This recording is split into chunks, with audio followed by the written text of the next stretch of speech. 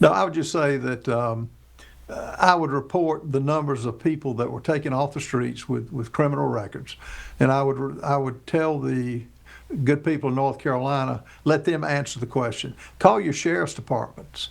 Call your jail wardens. Ask them, are they happy that they don't have to deal with people that should have never been here, and that while they were here, they abused the system. South Carolina Congressman Ralph Norman, we really appreciate your time here on Live Impact News. Thank you, Vanessa. Appreciate it. All right. See you next time.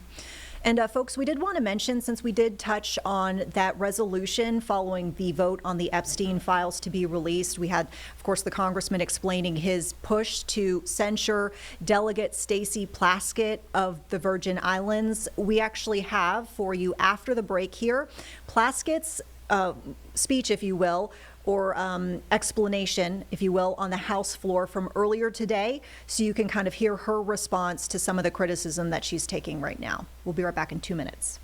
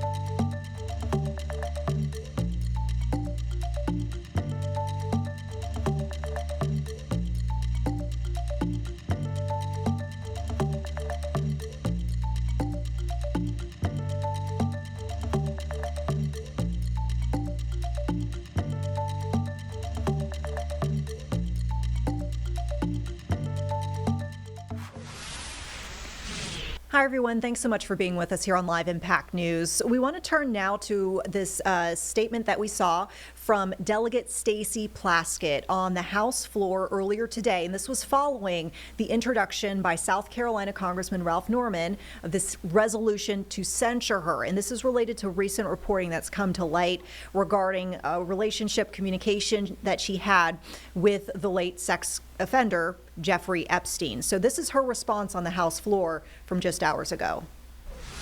Thank you so much to Mr. Raskin, to my former professor in law school, and I want to address the body. I first want to give you all a sense of what was happening that day. Everyone knows at that hearing in February, the entire country was watching. As Michael Cohen decided he was going to finally give up information about what was happening in the Trump world, the Trump enterprise. And at the beginning of that hearing, the ranking member, Jim Jordan, had the disrespect to Elijah Cummings, may he rest in peace and his name be a memory, after not allowing Mr. Jordan to shut the committee hearing down.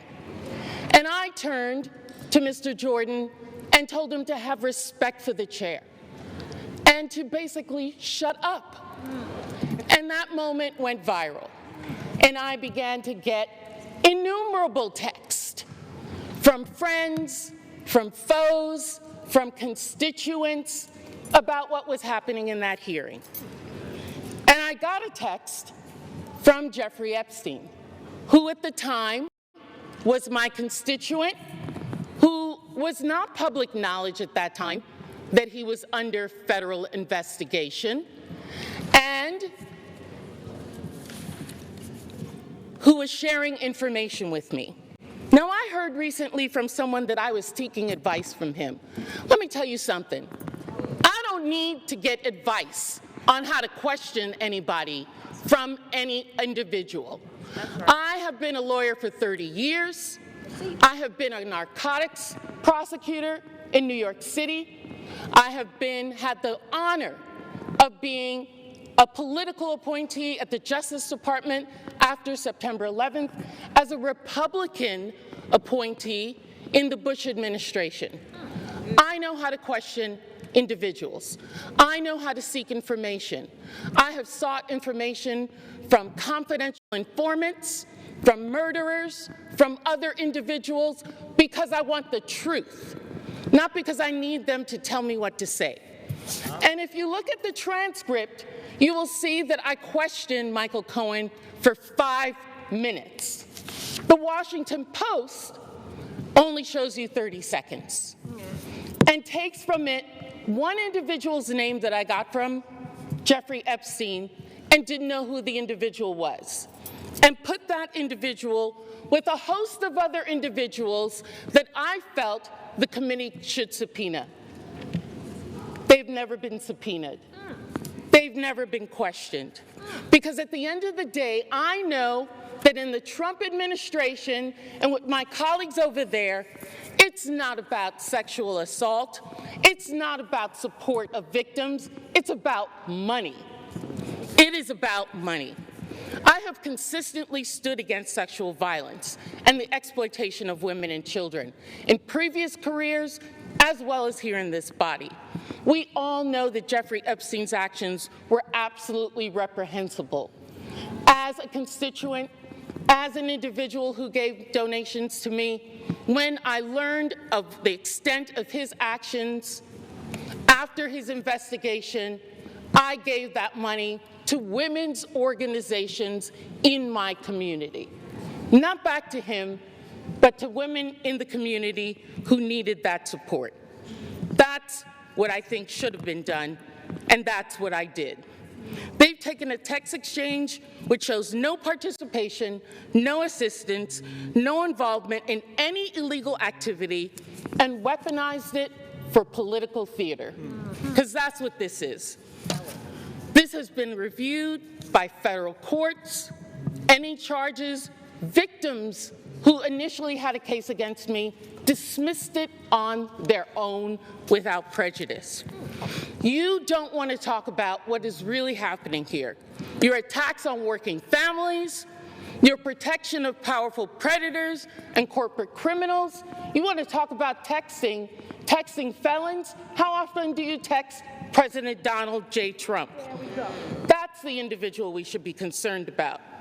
And let me tell you this. I am not going to support the wealthy and connected who continue to exploit work